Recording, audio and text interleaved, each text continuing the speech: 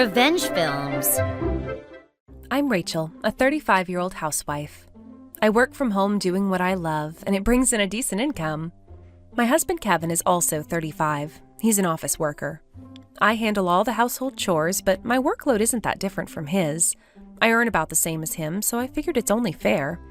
Still, since I don't have a commute, I have more time on my hands, so I take care of the cleaning, laundry, and everything else. Kevin and I got married 3 years ago, but we don't have kids yet. Before we got married, he was sweet. He'd help clean up after dinner and actually listen when I talked. But as time went on after the wedding, his attitude grew worse and worse. Once he starts yelling, there is no stopping him. He says the most horrible things. Lately, things haven't been going well at work for him, it seems, and he's been taking it out on me constantly.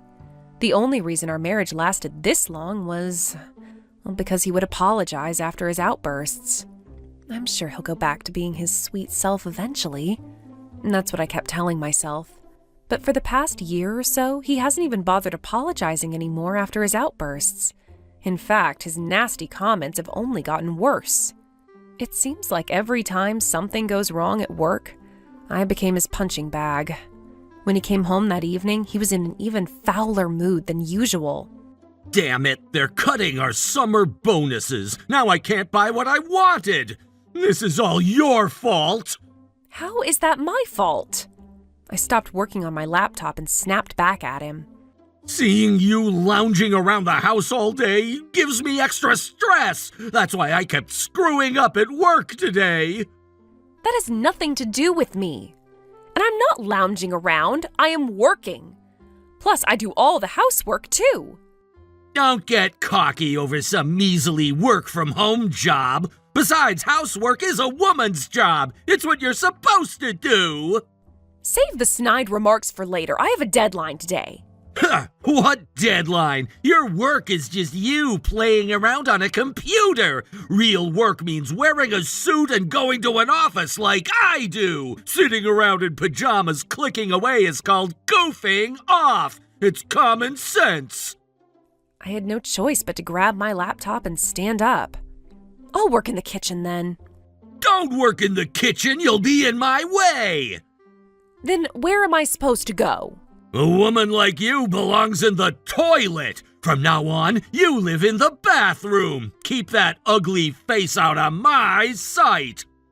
Fine, I'll live in the bathroom then. My husband, who had been smirking, seemed taken aback by my response. I made up my mind to barricade myself in the bathroom. If he wanted me to live in there, I'd show him exactly what that meant. And he'd eventually come to regret it. When I told my friends about this later, they said things like, "That's hilarious," and "This is so ridiculous," finding the whole thing entertaining. Kevin clearly thought I was just bluffing. He laughed mockingly and left the house. Probably went out to eat, ignoring the dinner I'd made. If I didn't cook, he'd complain, but he rarely ate what I made anyway. I wouldn't mind divorcing a husband like this. Actually, I'd be way better off on my own.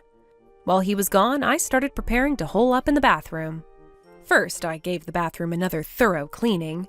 It was already spotless since he made me clean it every day, but I made it even more pristine. I brought various things into the bathroom. My laptop, of course, and my valuables like my bank book. I should probably bring my house key and shoes, too. Given my build, I could easily fit through the small bathroom window. I also stocked up on drinks and snacks, then I locked the door from the inside. Whew. All right, if that's what he wants, I'll really live in this bathroom. And I'll start recording evidence of his abuse, too. I could tell from the sounds that he'd come home. Oh, she finally left the house. It's so much more pleasant without that middle-aged woman around. If I'm a middle-aged woman, then you're a middle-aged man. Huh? Where's that voice coming from? I could hear his footsteps as he searched the kitchen and living room. Didn't you tell me before you left? Have you forgotten already? From now on, I'm going to live in the bathroom.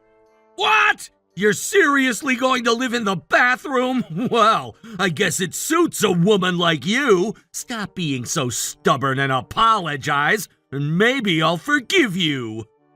Don't worry about me. 2 hours later, he knocked urgently on the door. Hey, open up right now! Occupied. I responded cheerfully. No matter how many times he knocked, I didn't open it. Eventually, he started ramming his body against the door. Open this door, damn it! The bathroom door was surprisingly sturdy and showed no signs of breaking. Occupied. Soon, I heard what sounded like a scream and footsteps running away. I can't hold it anymore!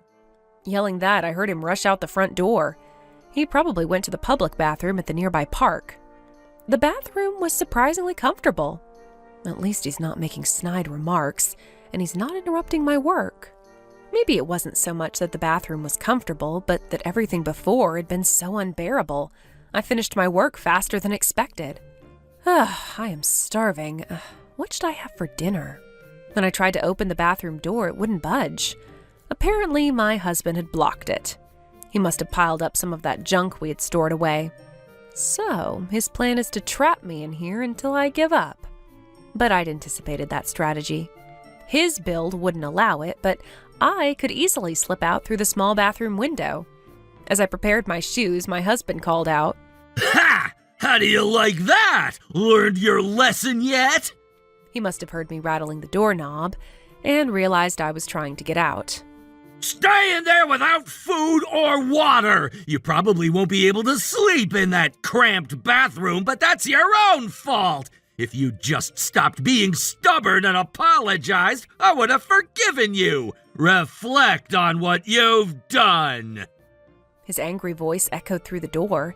Then his footsteps faded toward the bedroom. I climbed out through the small bathroom window. Since I had my shoes and wallet, I decided to eat out for the first time in a while. When I got home, it was pretty late. I'd been enjoying myself so much, relaxing for the first time in ages, and more time had passed than I'd realized. All the lights in the house were off. Perfect timing to enter through the front door.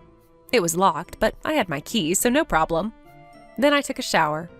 My husband and I slept in separate rooms. I went to bed. I knew what time he woke up, so I set my alarm an hour earlier. The next morning, I toasted some bread, made hot coffee with my favorite coffee maker, and enjoyed a cup after breakfast. When I checked outside the bathroom, as expected, junk was piled up, completely blocking the bathroom entrance. This would make good evidence of his abuse, so I took photos.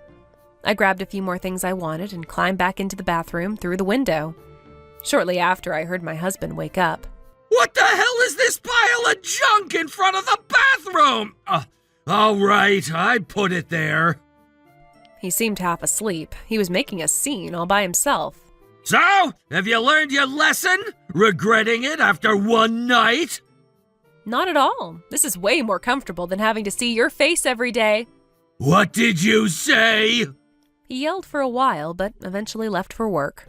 I climbed out through the window again and entered through the front door. With him gone, I could relax. After continuing this routine for a week, I had plenty of evidence of his abuse. I consulted with a lawyer and informed both sets of parents about the divorce. Everyone sympathized with me, saying how awful being locked in the bathroom. But in reality, I'd been enjoying myself quite a bit. When we signed the divorce papers in front of the lawyer, my husband threw a pathetic tantrum. That was just a normal married couple's argument. Rachel just took it too seriously and locked herself in the bathroom on her own. Lying won't help you. I have proof. When I played the recordings, his shoulders slumped in defeat. I divorced him. I demanded $10,000 in damages for emotional abuse from my ex-husband.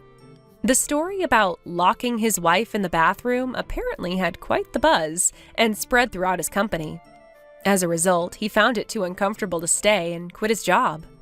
Now my ex-husband lives alone in an apartment as cramped and dirty as a public toilet.